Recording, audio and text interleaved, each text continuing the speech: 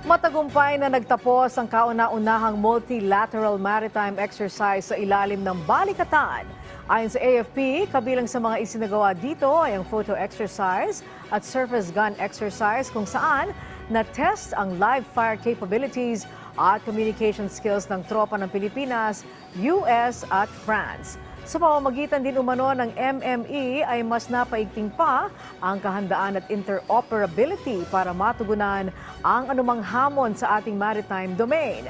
Sa kabila naman ang naitalang presensya ng mga barko ng China habang isinagawa ang mga aktibidad, hindi naman umano ito nakaapekto sa multilateral maritime exercise.